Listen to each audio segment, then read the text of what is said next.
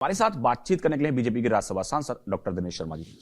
Sir, जिस तरह से एसआईआर लगातार चल रहा है, उत्तर प्रदेश के अंदर भी चल रहा है, अखिलेश यादव वो लगातार चुनाव आयोग और बीजेपी के ऊपर सवाल उठा रहे हैं कि बोले कि चुन चुन कर जो पीडीए के लोग हैं उनका नाम वोटर लिस्ट से काटा जा रहा है। ये तो इतनी बड़ी हास्यास्पद बात है, जैसे लगता है कि उन्हीं की पार्टी को, समाजवादी पार्टी को ही सारा जो वोट है पिछड़ों को, अरे सारा वोट पिछड़ों को मिला होता भैया तो तुम जीत कर सरकार बनाए होते।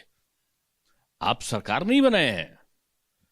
इसका सीधा मतलब है कि जो पिछड़े हैं, जो दलित हैं, जो अनुसूचित या जो सवर्ण हैं, सबने मिलकर भारतीय जनता पार्टी को वोट दिया है। बीजेपी सबका साथ सबका विकास में विश्वास रखती है और यही सबके पीड़ा का कारण बन गया है। जैसे जैसे चुनाव आता जाएगा हताशा बढ़ती जाएगी। अभी ये तमाम जातियों का नाम ले रहे हैं। अरे भाई, जातियों का नाम ले रहे हैं तो मायावती जी का उत्पीड़न क्यों हुआ था? वो तो दलित थी आपके राज्य में। आपके राज्य में सबसे ज्यादा दलितों को जलाने की घटनाएं क्यों हुई, मारने की घटनाएं क्यों हुई? आप तो दलितों के शुभचिंतक थे ना। पिछड़ों में भी एक जाति या दो जाति को छोड़कर बाकी पिछड़ों के का उत्पीड़न की सबसे ज्यादा घटनाएं क्यों हुई थी? सीधा सा कारण है, ये जाति के नाम पर वोट चाहते हैं और ये जाति के आधार पर सनातन का विभाजन चाहते हैं। इनको ना अगड़े से मतलब है, ना पिछड़े से मतलब है, ना दलित से मतलब है। लेकिन आप जितना करोगे, आपने सारे प्रयोग कर डाले। कांग्रेस के साथ मिलकर समाजवादी पार्टी चुनाव लड़ी, हार गई। फिर उसके बाद एक तरीके की तीनों पार्टियां मिली थी, समाजवादी पार्टी, बहुजन समाज पार्टी और पीछे से कांग्रेस पार्टी, सारी रणनीति करके लड़े और आप बुरी तरह हार गए। अब की बुरी तरह नहीं, अब की और अब तक के सबसे बुरी हार की तरफ मैं समझता हूं विपक्ष पहुंच रहा है और इसलिए तड़फन है चुनाव के पहले की। अब उनको जातियां याद आने लगी। अरे एसआईआर में सब जातियां ही काट दोगे भाई तो वोटर कौन बनेगा? आप एक तरफ कैंप लगा रहे हो और आप जनता को दिग्भ्रमित क्यों कर रहे हो? ऑनलाइन आज यहाँ का हमारा दलित बंधु भी, पिछड़ा बंधु भी पढ़ा लिखा हो चुका है। अब समाजवादी पार्टी या कांग्रेस के लोगों से मैं कहूंगा कि अब वो भूल जाओ पुराना जमाना। अब वो कंप्यूटर और मोबाइल और ये ऑनलाइन बहुत अच्छी तरह जान रहे हैं।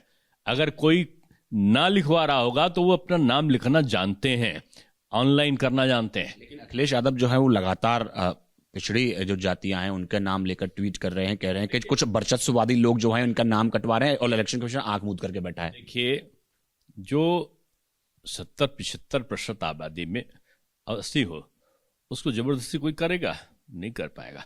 और वो हमारा सौभाग्य है कि हमारे पिछड़े बंधु बहुत तेजी से आगे बढ़े हैं। दलित बंधु भी मोदी जी के आने के बाद से एक मजबूती की स्थिति की तरफ बढ़े हैं और सवर्ण उनके और पिछड़ों की खाई दूरी हुई है। सब मिलकर काम कर रहे हैं। ऐसे समय आप विभाजनकारी सोच के साथ अगर काम करेंगे तो उत्तर प्रदेश कभी बढ़ नहीं सकता। इसलिए मैं कहूंगा ये चुनाव के पहले सारे साम दाम दंड भेद करने के बाद भी जो पिछड़ों के साथ अन्याय नहीं है, ये पिछड़ी हुई जो पिछड़ गई है जो राजनीति में, समाजवादी पार्टी, बहुजन समाज पार्टी और कांग्रेस, ये उसकी पीड़ा है। ये पिछड़ों की पीड़ा नहीं है, ये पिछड़ी हुई हारी हुई पार्टियों की पीड़ा है।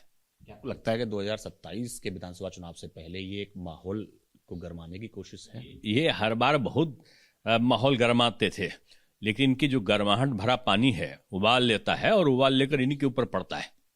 अब प्रदेश जातिवाद और संप्रदायवाद में बहने वाला नहीं है। ये प्रगति देख चुका है और तेजी के साथ अग्रणी सर्वोत्तम प्रदेश की तरफ बढ़ रहा है। इसलिए इस प्रकार के भ्रम की स्थिति ये पुराने जमानों की बात है। शोर मचा दो और कह दो कि आपकी ये आपका छीनने वाला है।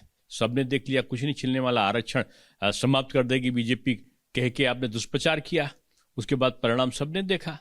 मैं समझता हूं कि आज जात से अलग हटकर विकास की तरफ ध्यान देकर अगर कोई बात करे तो ज्यादा अच्छा है। धन्यवाद हमसे बात करने के लिए। कैमरा पर्सन निखिल रस्तोगी के साथ पवन गौड़, एबीपी न्यूज, दिल्ली।